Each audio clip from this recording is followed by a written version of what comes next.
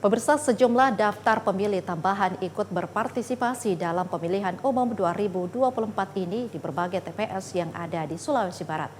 Bukan hanya dari masyarakat, bahkan Gubernur Sulawesi Barat juga terdaftar sebagai DPTB.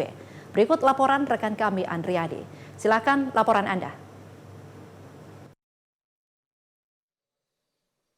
Baik Raisa dan juga pemirsa, dapat kami laporkan bahwa pada pemilihan umum tahun 2024 yang dilaksanakan pada hari ini, untuk pemilihan presiden dan wakil presiden mulai dilaksanakan sejak tadi pagi. Mulai pukul 8.00 hingga siang hari ini di sejumlah TPS yang ada di Provinsi Sulawesi Barat. Dan sebelum melakukan pencoblosan, pihak pengawas melakukan pengecekan terlebih dahulu untuk logistik pemilu, mulai dari kotak suara dan beberapa logistik lainnya. Hal tersebut dilakukan guna mengantisipasi terjadinya kecurangan pada TPS. Bahkan untuk daftar pemilih tambahan telah diakomodir bukan hanya dari masyarakat melainkan Gubernur Provinsi Sulawesi Barat masuk dalam daftar pemilih tambahan.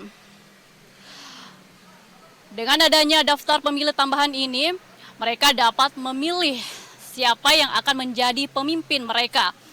Dan karena mereka tidak dapat melakukan pencoblosan di kampung halaman mereka karena telah melakukan tugas di tempat kerja masing-masing. Gubernur Sulawesi Barat melakukan pencoblosan di TPS 17, tepatnya berada di Puri Mutiara 2, Simboro, Kabupaten Mamuju. Sebanyak 293 yang terdaftar pada TPS 17 ini. Bahkan, Gubernur Sulawesi Barat telah melaksanakan hak demokrasinya dan hanya dapat memilih presiden dan wakil presiden hanya, dengan harapan dapat menentukan pemimpin bagi bangsa ini. Sementara salah seorang warga mengaku sangat senang dengan adanya daftar pemilih tambahan ini. Mereka diberi kesempatan untuk pindah memilih dengan hanya memperlihatkan surat tugas dan juga KTP. Berikut wawancara kami.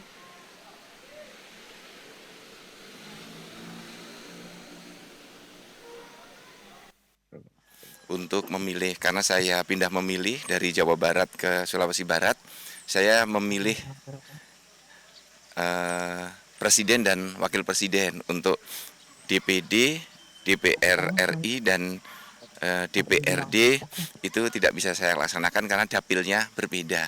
Sesuai dengan ketentuannya, yang pindah memilih antar provinsi hanya memilih presiden dan wakil presiden. Dan alhamdulillah pagi hari ini saya sudah menunaikan hak pilih saya. Mudah-mudahan ini menjadi berkah bagi semua pemilu tahun 2024, menghasilkan pemimpin-pemimpin terbaik untuk bangsa. Jadi saya cukup senang karena masih diberi kesempatan untuk mengurus, karena sebelumnya kan masih sibuk, tapi karena ada perpanjangan cukup senang karena masih diberi kesempatan. Terus mengurusnya juga tidak diperumit, tinggal bawa surat tugas saja sama KTP itu, kemudian 1 hari 24 jam lah itu DPTB-nya sudah bisa keluar. Sekarang proses pengurusannya juga pada saat memilih itu tidak diperumit, intinya bisa memilih. Jadi saya cukup senang karena hak pilih saya bisa terpakai.